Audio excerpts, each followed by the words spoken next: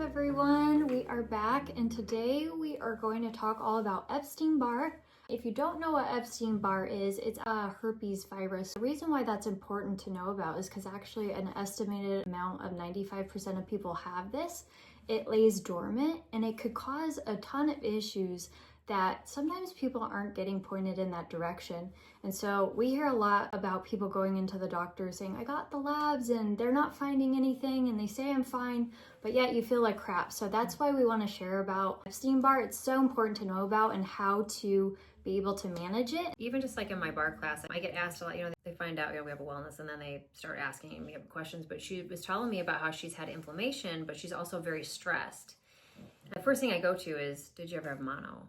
And nobody knows that. We want you to have knowledge that it gives you your power back, because sometimes it can make you feel like you're like dying and something's wrong with you. Mm-hmm. And she'd been to the doctor and they found nothing. And so I asked her if she had mono, and she said yes. And I said, well, and she said she was super stressed. And I told her, I said, it's okay. It's just Epstein-Barr was what it is. And it's just a virus that lays dormant. We just have to know how to handle it. I was diagnosed with Hashimoto's. You name it, they said I had it. And so once I realized how simple the virus actually can be taken care of, instead of all these other different complex things that you're trying to treat one symptom. If you treat the Epstein-Barr, the virus, it literally clarified everything for me and it made it so much easier to understand. Yeah. And so I had told her I just have to work on that piece. So let's just work on the stress levels. And I'm not saying live in a bubble, because that's not reality. But we have to really be cautious of how much stress we're allowing. You don't have to live in a bubble, but you also can control how we react to stress. And I'm a reactor, so I can tell you it can be done. For me, for example, is I just want you to understand there's so many different kind of herbs, and we're going to share all that with you, but it's simple. And it's simple daily things that you just keep in check so that thing doesn't rear its ugly head. Because as we get older, a lot of times they even say that all these women that have menopause symptoms, that it's actually that the Epstein-Barr virus has taken a toll for so many years. The reason that we're having so many symptoms is just the Epstein-Barr virus going, we're done here, we're full. Yeah, and that's why we were saying it's so important to know. Like I said, 95% of people have this, and it's because it's passed on through saliva. That's why they say it's the kissing disease. When you get mono, that's the activated version, and that's why it takes you out completely. But then later in life, you might just notice nagging symptoms like chronic fatigue. You might feel achy. For me, when I'm highly stressed and it activates, I get these annoying cold sores and I hate them. It can exacerbate certain things. So you might think, oh, it's just menopause, but you might need to be treating the Epstein-Barr because that's the root cause of those symptoms. And with COVID, they're now finding a link between people who have Epstein-Barr and long COVID. So people aren't knowing how to go about long COVID, but we're actually needing to treat the root cause of Epstein-Barr, because those things could tie in and create these crazy symptoms of long COVID. And also, just to add in a note of the stress piece, sometimes stress doesn't look like outside mental stress. It could also be physical stresses that are triggered by heavy metals, parasites, nutritional deficiencies. That's really where we love our hair test, because you could really kind of fine tune and tap into something that might be triggering Epstein-Barr. So it's not always just mental stress. It could be physical stress. Because it also will tell you on the test. It's very specific, that's what I love so much about it. Yeah. But to add on to the whole good stress and bad stress, they're both the same. Yeah. Meaning if you're a busy mom and you've got all this stuff, you just have to really either figure out a way to not try and remember it all, write it down, but also physical stress. So for instance, I used to go and do hot yoga all the time thinking, oh, this is great for me. I'm going to sweat. It's supposed to be great for everybody. And I would come out of there. I felt great. When I was in it, I love it. I actually love hot yoga. I just don't like to do my hair processing. But I was finding that my Epstein-Barr, when I was super stressed, I got worse. Yeah. Because I was stressing my body out with the heat and the sweating, and that I depleted myself because I dehydrated myself. And so I was actually worse after. The next day I felt like somebody had ran over me by a truck because my whole body hurt. But it's because I was dehydrated, and it was because the Epstein-Barr was starting to when its little eyes and start to break out.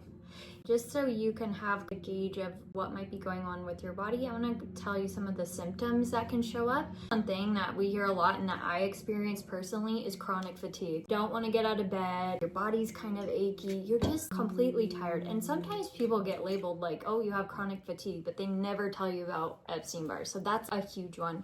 Another one is brain fog, having fuzzy memory, being forgetful, difficulty concentrating.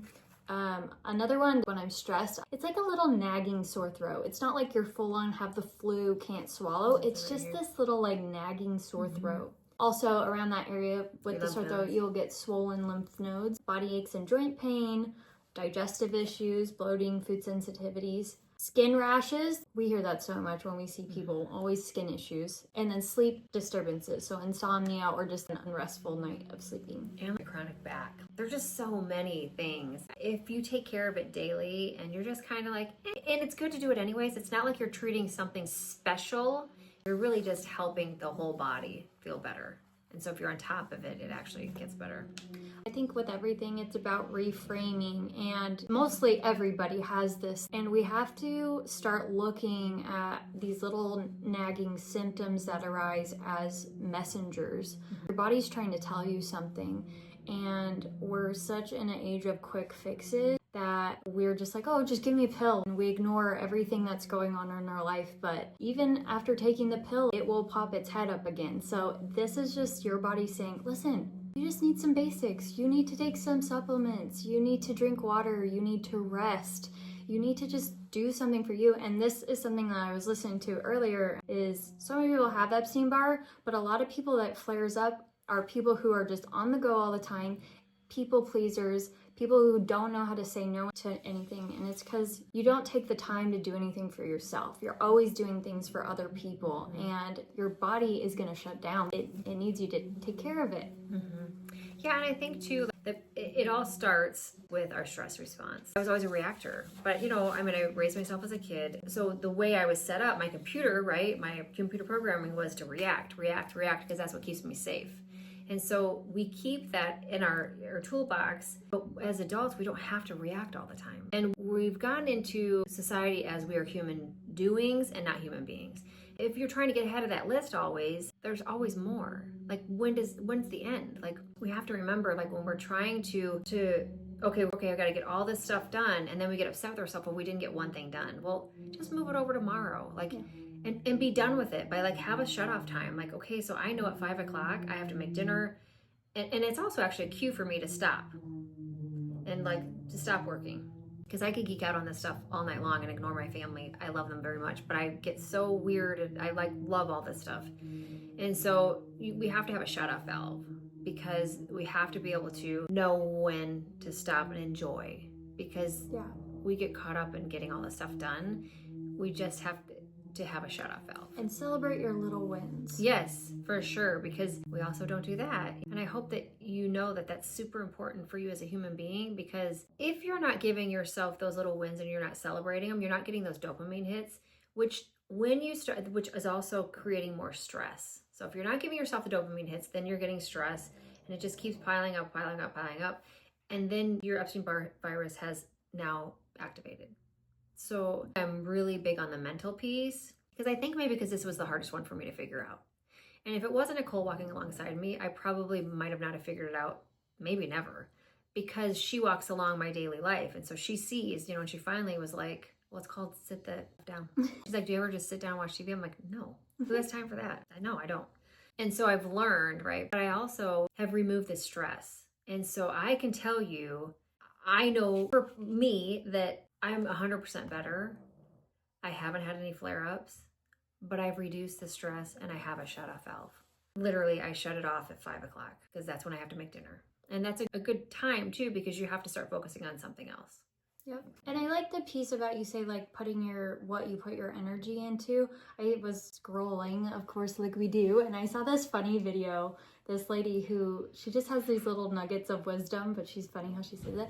And she said, just because you can take it doesn't mean you need to stick around for it. And I'm like, oh, that's so good, because people just endure stuff, or they're around people who don't like fill them up, or they're saying yes to things that they don't want to say yes to.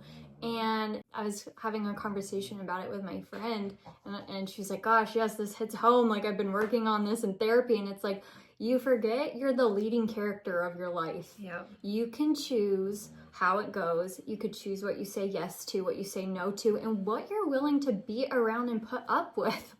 Like, if someone's being a jackamo, like, you could just walk away. You don't even have to put in the energy and give it anything, because that just like burdens us at the end of the day. And it's like it takes your energy. There was this book called The Energy Bus. It's funny, and it's basically you have so much energy in a day, and you have to really think about what you're going to put your energy to and who you're going to give your energy to, or who you're going to let take your energy. Yeah. Because you only have so much energy. And if you are giving, or you're using all that energy, by the end of the night, you don't have the energy for the most important people in your life. And that, that's sad. And then that creates shame. It's like a whole cycle. But I think it's super important what you said. Everybody's been listening to Mel Robbins. The Let Them. I haven't listened to the book yet, but I watch her on Instagram. And it's true. Like, let them do their stuff. Like, I used to feel like I needed to go in and save everybody. Oh, but they must need to know. Like, that. Why do I need to tell them? I'm not God. I'm not the informant. I'm not the HOA running around. Like, I don't need to tell everybody, and neither do you. Like, that's between them and God and whatever. Because I'm always right is right and wrong is wrong, even if it's to my own detriment. But I felt like I had to inform everybody. And what ended up happening was I was the one that was more stressed out than anybody else. Like, yeah. And for what? So we're creating unnecessary things in our life. Let them do their own stuff. We don't need to be involved. Stay in your lane and just do what you need to do. Because coming from a people-pleasing person, and you don't have parents, you're always looking for that approval. You don't need anybody else's approval. You are good enough. And that is the piece that really leads us to this Epstein-Barr flare-up. Because if you don't think you're good enough, or you don't think that you're worthy, then you're going to go and try and insert yourself and do all these things because you want to feel important. And I'm calling it, because that's really what it is you're doing. It's not that you really think you're helping somebody all the time. You want to feel important, and you want to feel like you saved the day. That's reality. Yeah. You can say whatever you want, but that's the truth. But it's feeding the little person inside that really, you're good enough, man. Like, you're good enough. Good enough, man. Yeah. You're doing great, sweetie. So for that, like, I always hold that down, because that was the biggest struggle for me, because you can't see that piece, right? I could take a supplement, you can take a supplement, but this piece, the emotional piece, is the piece that really, if you can really try and reframe some things and make it a little easier on yourself, that is the piece that will keep this Epstein-Barr at bay.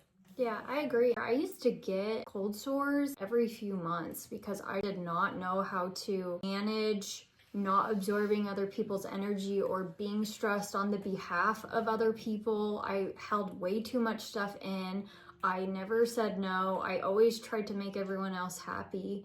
And it's a whole learning process. So we're not saying this is going to happen overnight. These are just things to start thinking about and implementing the small things to get you to where you need to be. But I don't even remember the last time I had one. It's been a while. And in our next video, we could go through like the specific nutrients. This one is primarily about the stress management piece, because that's going to be your number one. There are little things that you can incorporate, herbs and such, to help. But yes, this is going to be your heavy hitter, because it's just life-changing in general. It really is. It has so many health impacts, including helping keeping this little bugger at bay. Yeah, we can send you tools and stuff. There's certain trackers and certain things that it can help you reduce the stress. Yeah. I want to give you the cliff notes. Like, nobody needs to do this hard. That's why we're here, right? We're here to walk alongside you, and we'll do it all together, and just easy is better. Yeah. No stress. Yeah, so let us know if you'd like that information. We have like a list of our go-to like immune support and then stress management techniques and all that good stuff. And then our next episode, we'll kind of get into the nitty-gritty of lifestyle practices, foods that you could implement, herbs, supplements, immune support, all the good stuff. Right. Happy day. Happy day. We'll see you next time. Bye.